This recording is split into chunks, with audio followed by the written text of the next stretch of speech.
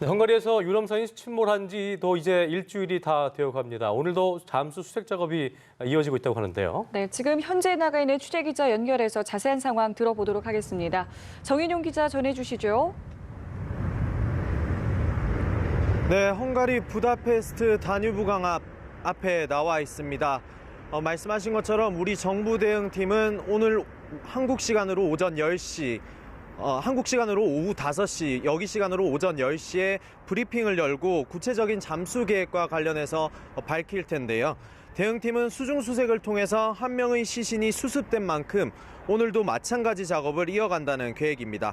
특히 강 유속과 함께 수위가 떨어지고 있다는 점도 강조했는데요. 오늘과 내일 수중 상황이 괜찮으면 인양을 주장하는 헝가리 당국도 수중 수색 가능성을 더 열어놓을 것이라고 기대하기도 했습니다. 대응팀은 우선 오늘 이곳 시간으로 오전 중에 헝가리 당국과 최종적인 회의를 열고 구체적인 수색과 잠수 활동 일정을 조율할 예정입니다. 잠수는 하더라도 선체 내부 수색 여부는 여전히 협의가 남아있다는 이야기입니다. 다만 한 가지 걸리는 부분은 이곳 수중 수색 활동이 쉽지만은 않다는 점인데요. 대응팀에 따르면 어제 현장에 투입된 우리 측 잠수사는 세월호 현장보다 유속이 빠른 데다 시야 확보가 어려워 작전 난이도가 가장 높았다고 전했습니다. 이에 따라 여전히 선체 내부 수중 수색과 인양을 놓고 헝가리 측이 인양 시작 시점으로 본 내일까지는 계속 협의가 이어질 것으로 보입니다.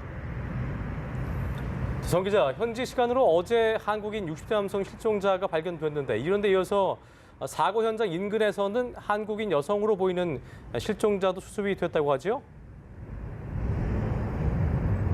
네, 그렇습니다. 먼저 현지 시간으로 어제 오전에 이곳에서 사고 지점 남단으로 132km 떨어진 지점에서 한국인 남성 60대 남성이 발견됐습니다. 외교부는 한국과 헝가리 합동감식팀이 확인한 결과 신원이 파악됐다고 밝혔는데요. 시신은 현지 주민이 다뉴브 강가에서 발견해 신고한 것으로 알려졌습니다.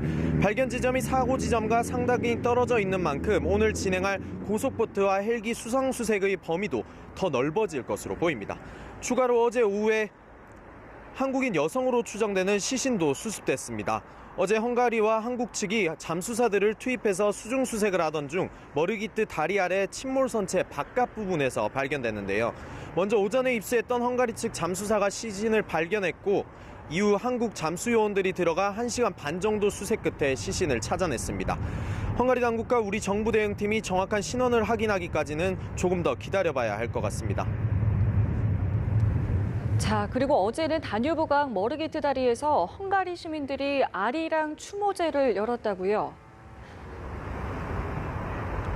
네, 그렇습니다. 어제 저녁에 수백 명의 헝가리 시민들이 사고 지점인 머르기트 다리 위에서 사고 피해자들을 추모하는 행사를 열기도 했습니다. 제가 현장에 다녀왔는데 다리 인도 전체를 가득 메울 정도로 추모 열기가 고조됐는데요.